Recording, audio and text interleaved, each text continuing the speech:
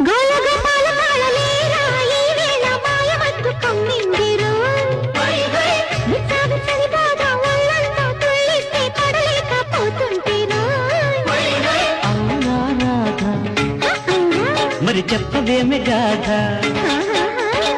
ఏకాంతంగా ఎద పంచుకుంటే పోదా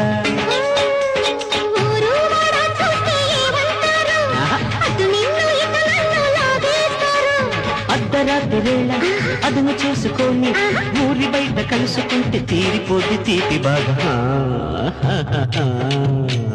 అందాల రాజు వచ్చే మందార మాలతి చేరా రాయ హే నిత్యాయ పల్లకిలో రత్నాల వెళ్ళు వచ్చే